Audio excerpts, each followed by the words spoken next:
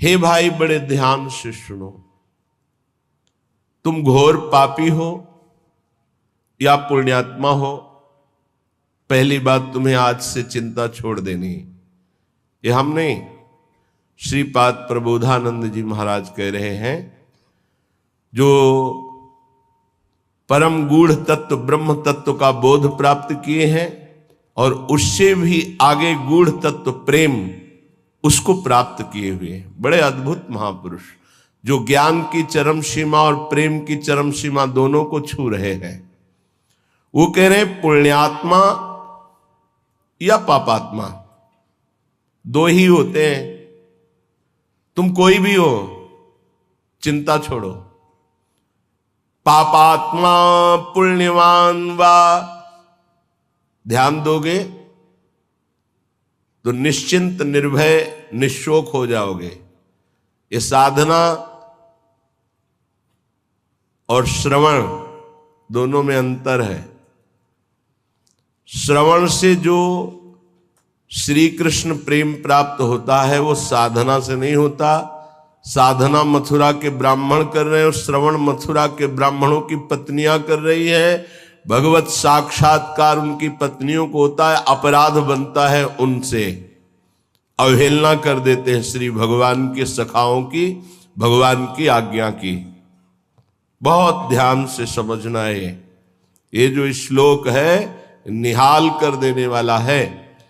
आप इन्हीं में से कोई होंगे। पापात्मा पुण्यवान वा प्रशरद अपयशाह कीर्तिमान वा,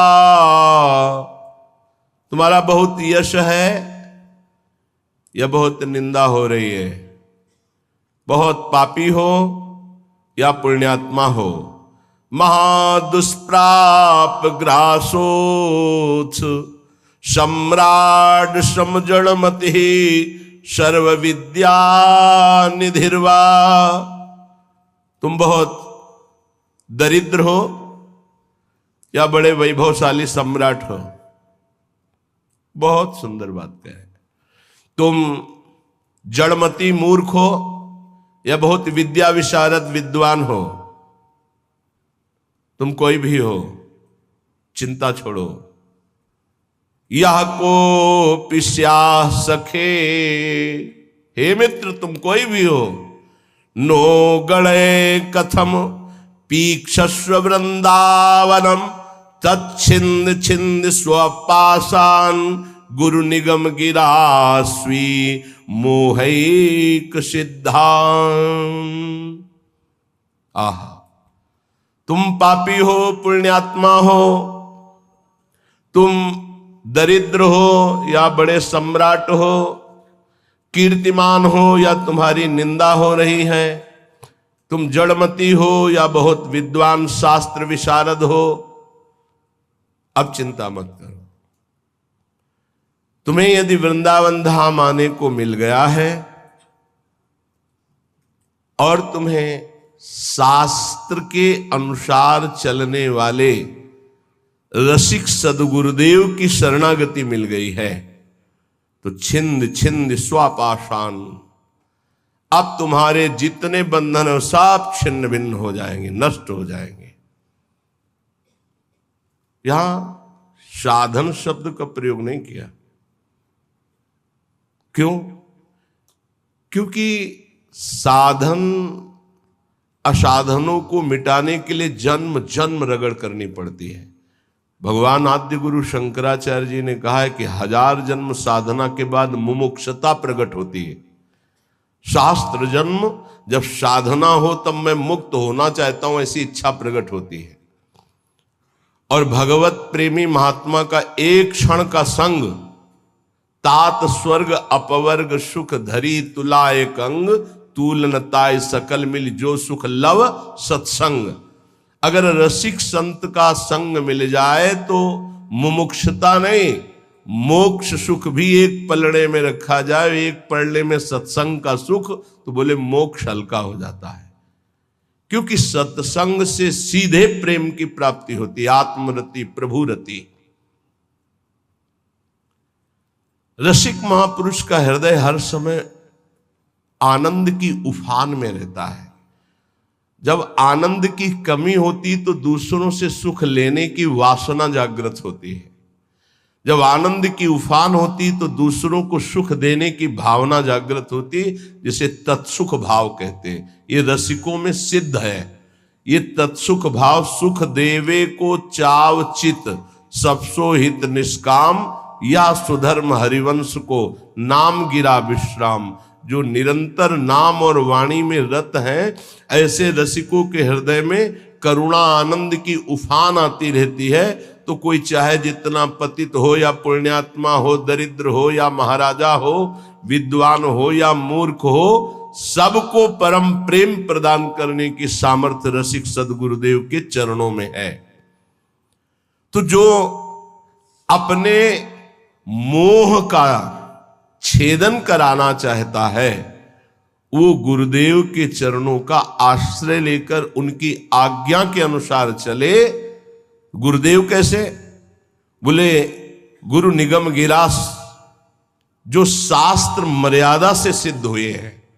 मनमानी आचरण करने वाला, शास्त्र विरुद्ध आचरण करने वाला साधक नहीं होता, फिर सिद्ध कैसे हो सकता है? सिद्धों में कुछ दिव्यताएं होती हैं जो समझ के परे होती हैं। वो हमारी मानसिक बुद्धि नहीं है।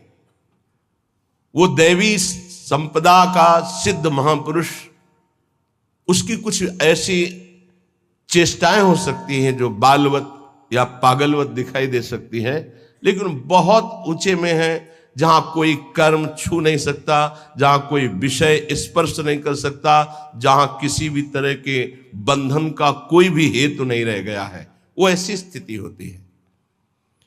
बोले उनके आज्ञा अनुसार अपने जीवन को चलाना, ये इसलिए शर्त गुरुदेव में भी रखी गई है। तस्मात् शास्त्रम प्रमाणम थे। कोई भी ऐसा साधक नहीं जो सिद्धावस्था की तरफ गति कर रहा हो, शास्त्र विरुद्ध आचरण करके सिद्ध हो जाए, असंभव। तो फिर गुरुदेव कैसे ऐसे हो सकते हैं? ये इसलिए शर्त रखी गई कि प्रायः हम जहां किसी की बड़ाई सुनते हैं, थोड़ी बात सुनते हैं, हम गुरु बना लेते हैं। नहीं बनाना चाहिए। गुरु बनाने के लिए बहुत रुकना चाहिए। वर्ष 2 वर्ष कम से कम सत्संग सुनो। किसी और से नहीं, अपने हृदय से जांचो, किसी और से नहीं। क्योंकि और की मति किस कोटि की है, वो आपकी बुद्धि को भ्रष्ट भी कर सकती है, आपकी बुद्धि को फंसा भी सकती है। कैसे? उसने अपने गुरु को प्रभु माना है और वो कहेगा मेरे गुरु से बढ़कर कोई नहीं, और ऐसा है, उसका कल्याण हो जाएगा उस भाव से। लेकिन आप बौद्धिक स्तर के तर्क भी करने वाले हैं, तो आप अपनी बुद्धि से गुरु को पहचानिए। कोई कह रहा है कि पाखंड है, ये उसकी बुद्धि का है, आप अपनी बुद्धि से निर्णय कीजिए। किसी की श्रद्धा और किसी की अश्रद्धा से अपने हृदय में कोई फर्क नहीं पड़ना चाहिए। स्वयं निर्णय करना चाहिए भगवान को साक्षी करके कि हे प्रभु सच्चिदानंद, आप मेरे हृदय को जानते हैं और सामने बैठे हुए हृदय को जानते हैं, तो नाथ मेरे सदगुरुदेव के रूप में आप कहाँ हैं, कौन हैं, मुझे परिचय दीजिए, तो प्रभु आपका संबंध करा देंगे। अभी एकांतिक में एक भक्त ने प्रश्न किया, बोले आपके प्रवचन सुनते हैं तो एकदम विरुद्ध गुरुजी के वचन लगते हैं, गुरुजी के वचन जब सुनते हैं तो आपके विरुद्ध लगते हैं। तो हम कहा निर्णय करो आप कि किसके वचन सत्य हैं। तो बोले जब इधर का सत्संग हम सुनते हैं तो लगता है नहीं, जीवन का लक्ष्य भगवत प्राप्ति, तो गुरु पे अश्रद्धा होती है, मुझे क्या करना चाहिए। साधक फंस जाता है, उसको लगता है, वो खुद बोला, मुझको लगता है यदि मैं शास्त्र विरुद्ध चलता हूं तो जीवन बर्बाद होता है गुरु की बात मान के, और यदि आपकी बात मानता हूं तो गुरु का अपराध लगता है, क्या करूं। नहीं, डरने की जरूरत नहीं। गुरु बलि तजेऊ कंत ब्रज बनितन भे मुद मंगलकारी। गोस्वामी तुलसीदास जी बड़े सिद्ध महापुरुष हैं। भे मुद मंगल, वो स्वयं मंगल नहीं, दूसरों का मंगल करने वाले बन गए। भगवत प्राप्ति नहीं तो जीवन का लक्ष्य क्या है? क्या लक्ष्य है? केवल विविध प्रकार के भोग विलासिता पूर्ण संसार को सत्य मानकर भोगना, नहीं नहीं नहीं, बिल्कुल भुलावा, बिल्कुल भुलावा। हमें भूल भुलैया में नहीं फंसना। कभी कभी माया के पार्षद भगवान के पार्षद का रूप रख करके आते हैं, हमें ठग करके भूल भुलैया में लगा देते हैं। नहीं, सदगुरु भगवान श्री कृष्णचंद्र जो हैं, हम उनसे प्रार्थना करें कि यदि प्रगट में गुरुदेव की जरूरत है तो आप मुझे बताओ कहां प्रकाशित हो, या तो उनसे मुझे मिला दो या उनको मेरे पास भेज दो। यदि जरूरत है तो आप ये व्यवस्था करो, मैं तो आपको गुरु मानता हूं, बस निहाल हो जाओगे। हमारी बात मान लो। श्रीपाद कह रहे हैं, रसिक सदगुरुदेव के चरणों का आश्रय लेकर स्वयं मोहिक सिद्धांत, अपने मोह का नाश कर दो, देह की प्रियता, देह के रिश्ते नातों का, तो सिद्धांत तुम्हारे अंदर सिद्धावस्था आ जाएगी। सिद्धावस्था प्रिया प्रीतम के प्रेम रस में डूबना। ये तो बताया शरणागति का श्लोक। आप पापात्मा हो, पुण्यात्मा हो, दरिद्र हो, राजा हो, विद्वान हो, मूर्ख हो, कोई भी हो, निश्चित तुम्हें भगवत प्राप्ति हो जाएगी यदि वृंदावन में विराजमान रसिक सिद्ध संत का आश्रय ले लो, गुरुदेव का।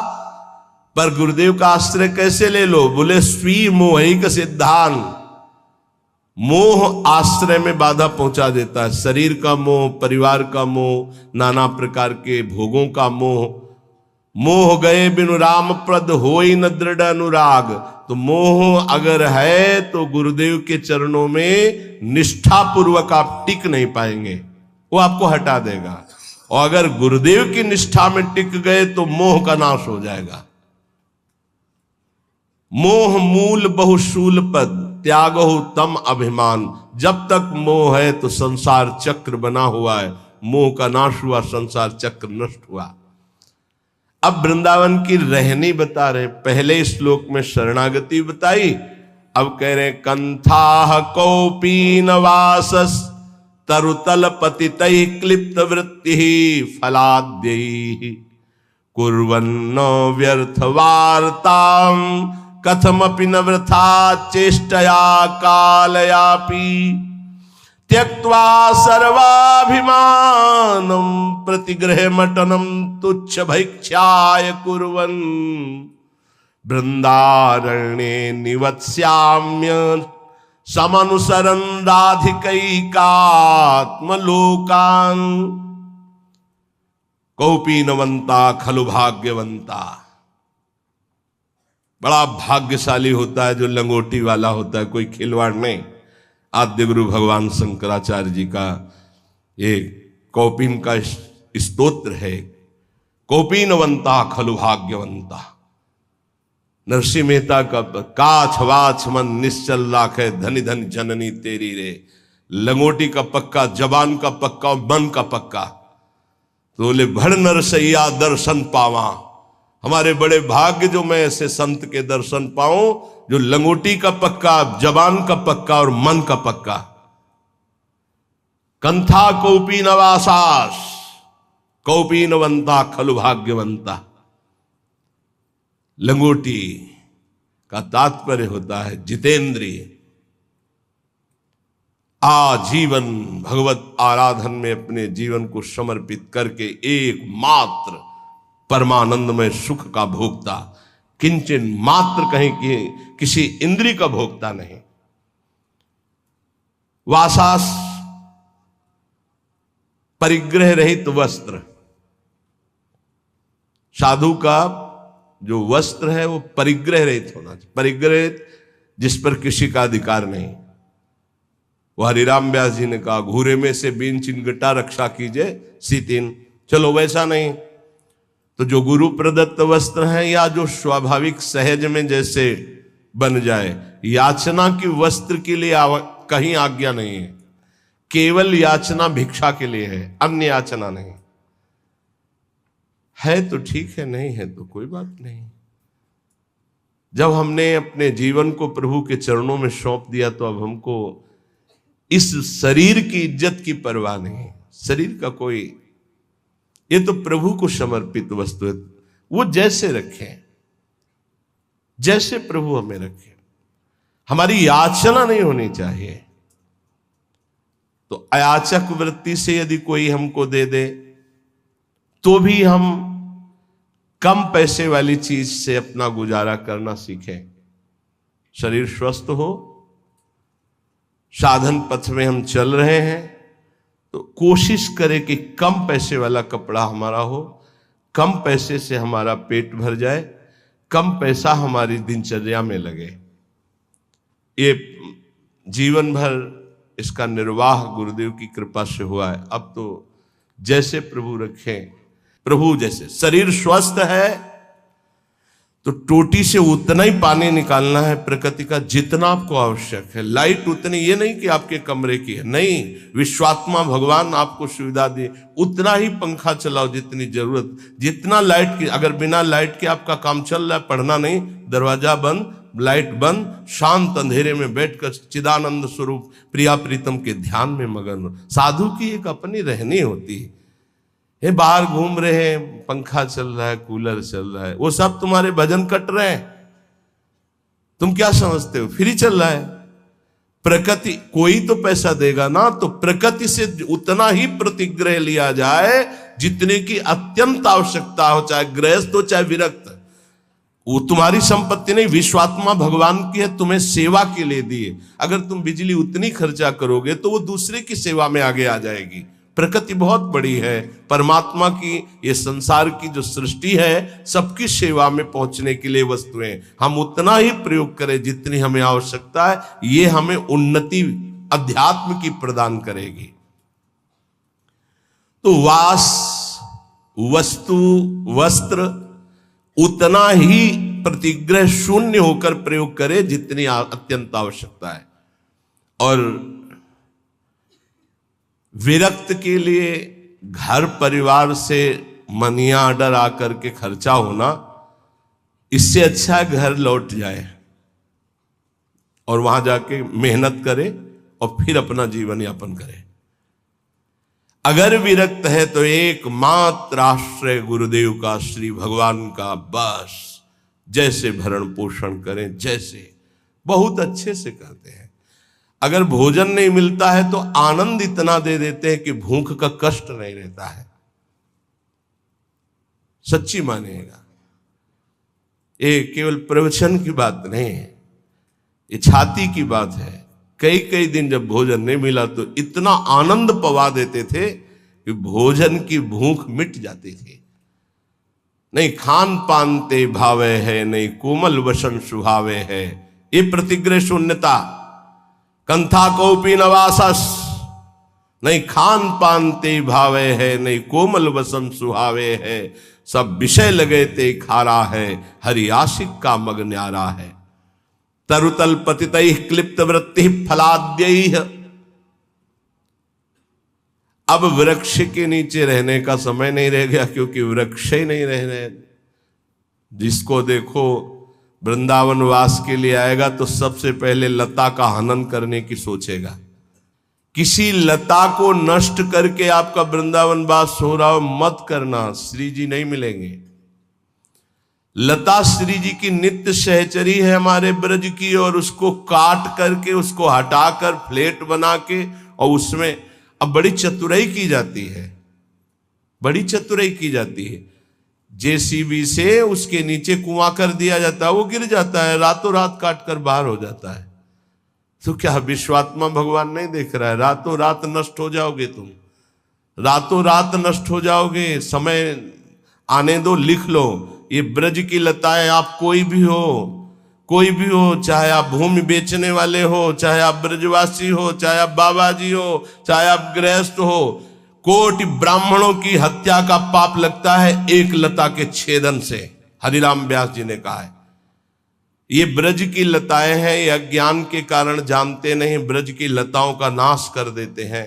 नहीं नहीं, ये लताएं बड़े बड़े परमहंस भजनानंदी ब्रह्म ऋषि की हत्या करने का जितना बड़ा दंड मिलेगा, उससे कई गुना बढ़कर दंड मिलेगा। वृंदावन की लता सम कोटि कल्प तरुणाई, रज की तुल वैकुंठ नहीं और लोक की माए।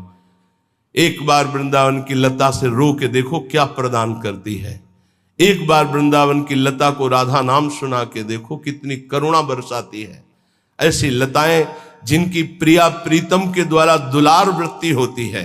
राधा करावचित पल्लव वल्लरी के, स्वामिनी जी की कृपा दृष्टि से सींचे गए, स्वामिनी जी के कर कमल से दुलराए गए ये वृंदावन की लताएं हैं, वृक्ष हैं। धिक्कार है हमारी बुद्धि को, चंद रुपयों के लिए आज हम लताओं का छेदन कर रहे हैं। बड़ा सुंदर पीपल का वृक्ष था, रास्ते में आते थे, बड़ा सुंदर बट वृक्ष, हमें लगता है कम से कम 300 वर्ष पुराना नीम का पेड़। ऐसे गए, अब कुछ बस नहीं चलता, कुछ बस नहीं चलता। हरिराम व्यास जी आज के 500 वर्ष पहले लिखे थे कि वृंदावन मथुरा कट रहा है, मुझे बर्दाश्त नहीं हो रहा। कट रहा है मतलब लताएं, मानसरोवर में इतनी लताएं थी। आज के 25 वर्ष जो दर्शन किए, कुंज की कुंज, कहीं घुस के बैठो, रो प्रिया प्रीतम के लिए, ऐसा वातावरण।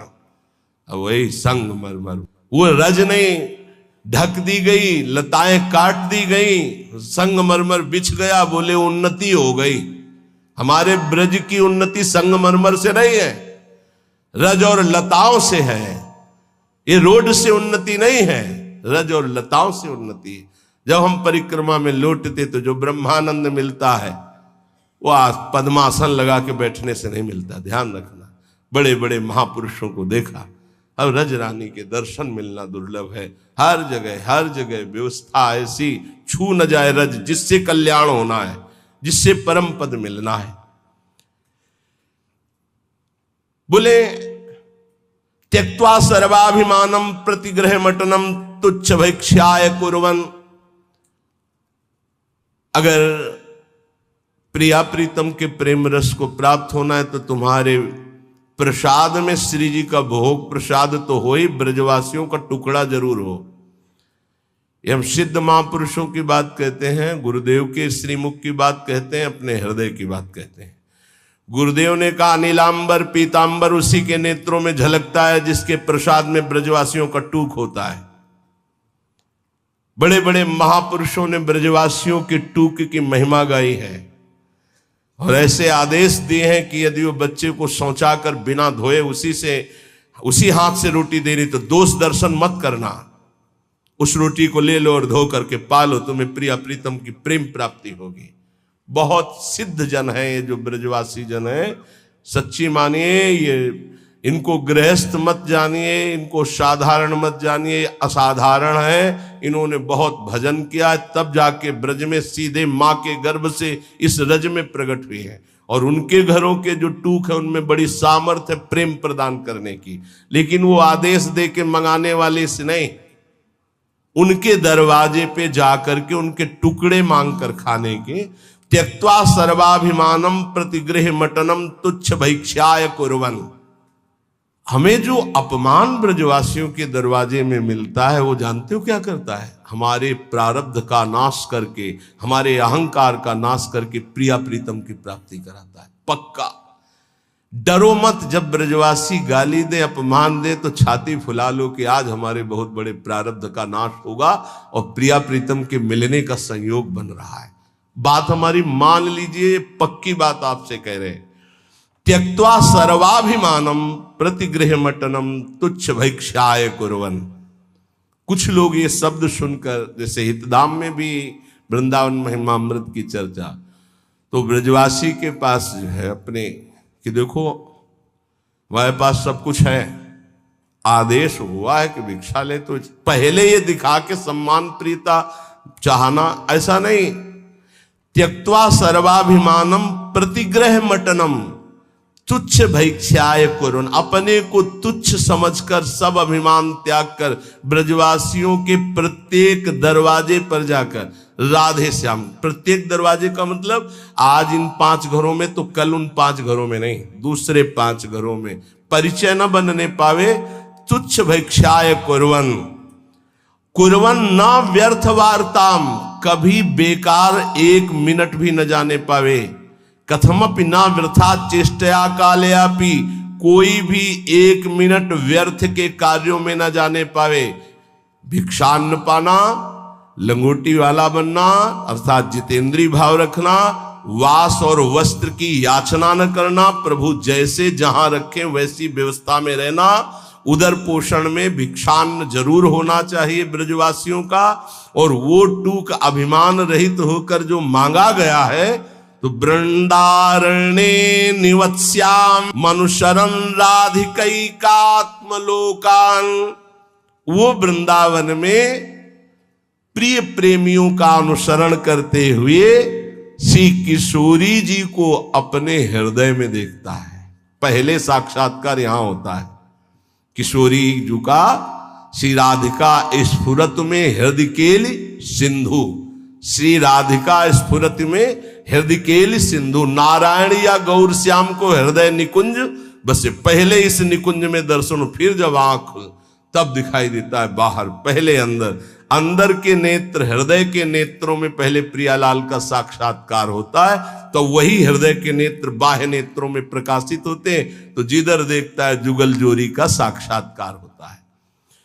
श्रीपाद प्रबोधानंद जी कह रहे हैं जो इस तरह से श्री वृंदावन धाम का आश्रय, शरणागति और रहनी से वास